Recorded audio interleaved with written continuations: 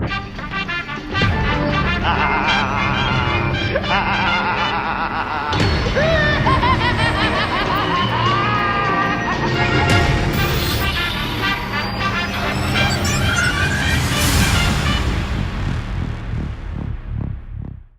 up, webheads, Spider-Man family out there? I just got back from watching Spider-Man Homecoming, which is the greatest Spider-Man movie since Spider-Man 2. I don't know if it's the best one yet. I need to see it again. You need to go watch this movie.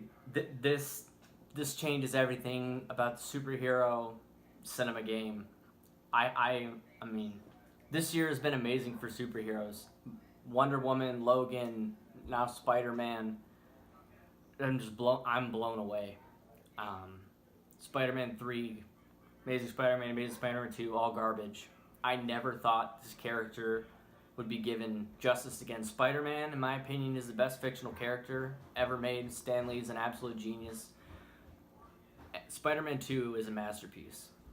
I always thought Doc Ock was like the greatest on-screen villain next to Heath Ledger's Joker. Michael Keaton kills it as the Vulture. I'm going to preface that.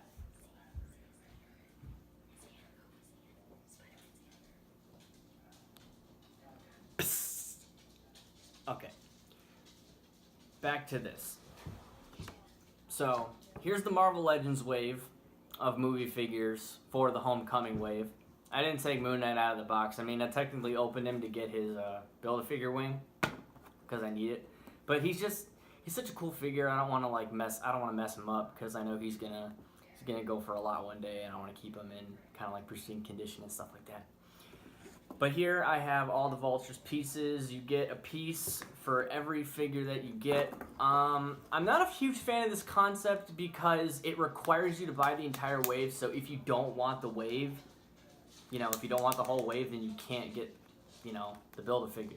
It requires you to buy all, you know what I'm trying to say. You have to buy all the figures to get all these, and it sucks, You might not want all these figures. But this line is amazing, so luckily I ended up getting all the wing pieces. Anyway, back to my review of Spider-Man Homecoming.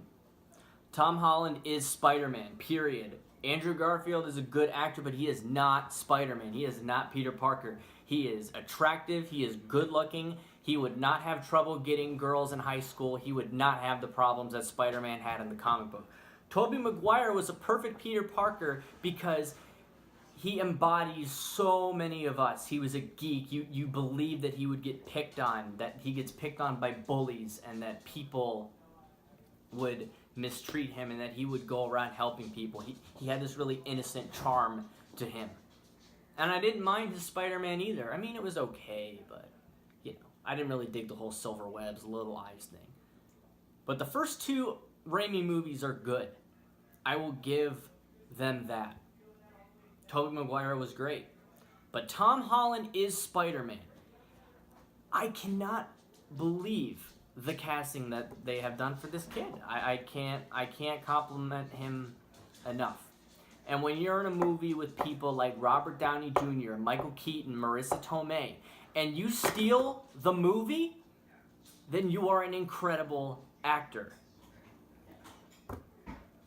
There's a reason why they audition 1 million people for these movies. It's because they need to find the right guy.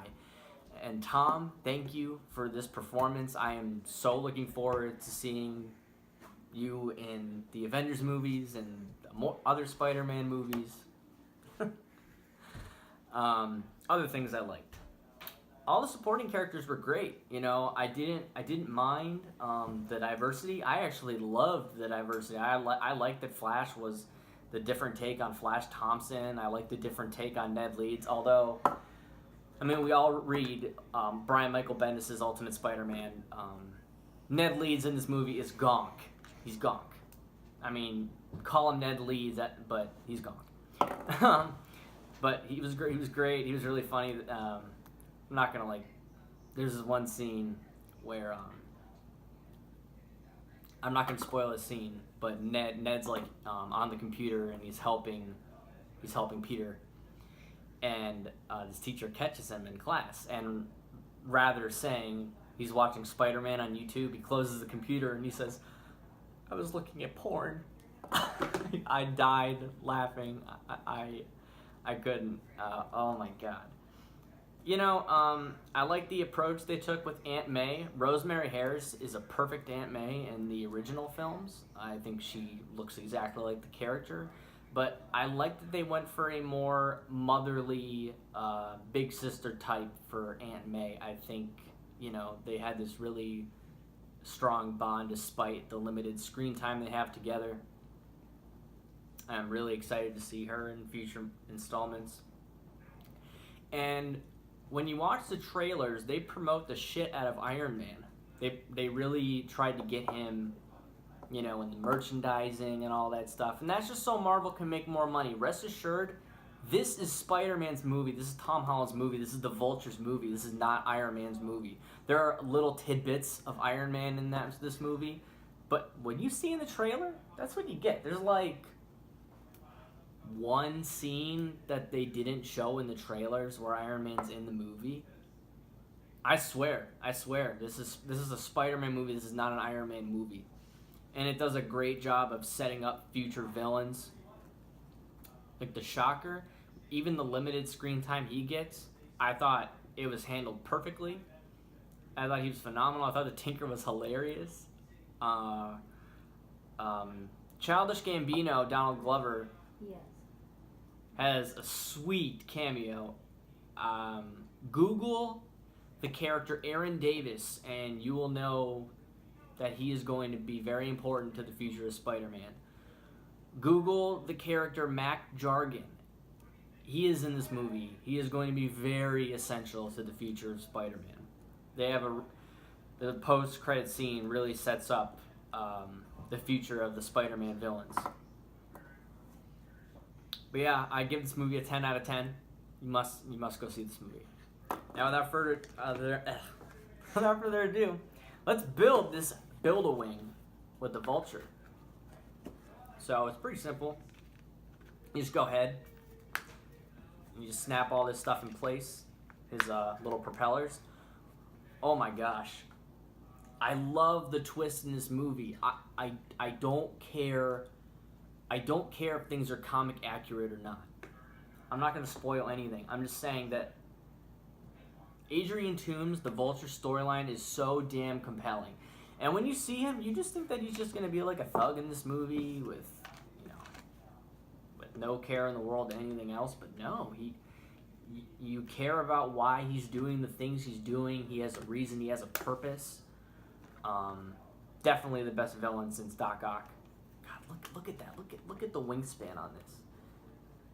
When you first see the Vulture in this movie, holy shit.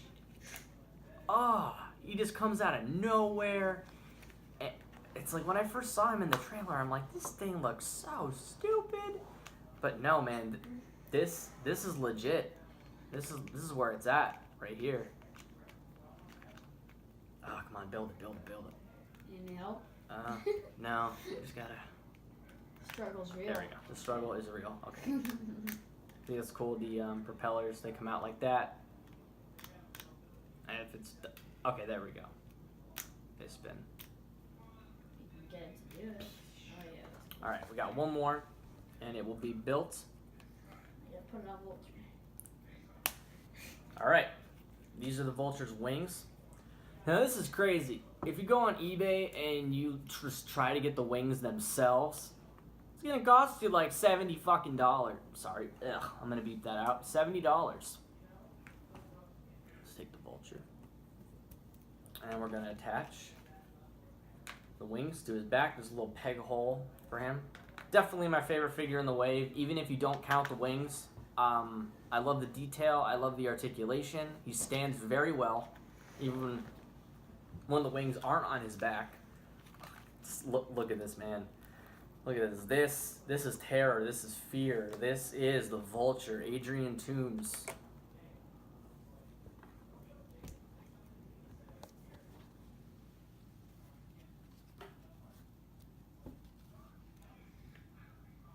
can't believe this guy. This guy is so badass.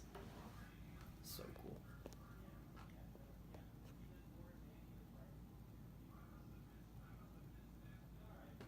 And my favorite figure, well, he's my favorite. My second figure in the wave, I love movie figures. They did a great job sculpting the homemade suit Spider-Man. I like the tech suit Spider-Man as well.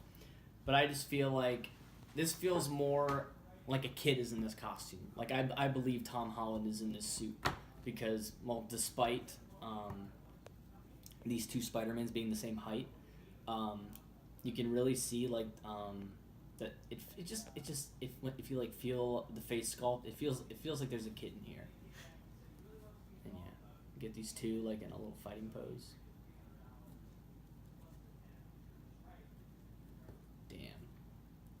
Yeah, guys, definitely go and check out these Marvel Legends. They're pretty sweet. You get Captain Universe, aka Cosmic Spidey, down here. You get the Beetle. I know it kind of sucks that we're getting another Beetle because we had the female Beetle previously, but this is the classic Beetle, so I'm happy to have him. I love the metallic finish. I like the wings. Tombstone's face is a great sculpt, although I do not like that it's just like a reuse of certain parts. Like, it's basically the Venom sculpt, and it's very flimsy figure. The poses and articulation suck. Moon Knight, you know, I haven't opened him, so I can't comment on the figure, but he looks amazing. So yeah, Vulture stands great despite everything. And yeah, I hope you enjoyed my review of Spider-Man Homecoming. I hope you liked all these figures. As always, please like, subscribe. If you like to comment on your thoughts on Spider-Man Homecoming, leave your thoughts. And yeah, tell me like what villain you would like to see in the next movie. I heard they're not doing any like classic villains. You know, like they're not going to do Green Goblin. I'm kind of let down about that. But if you have like a villain thought or thoughts on a movie, just give me a shout below in the comments. All right, peace.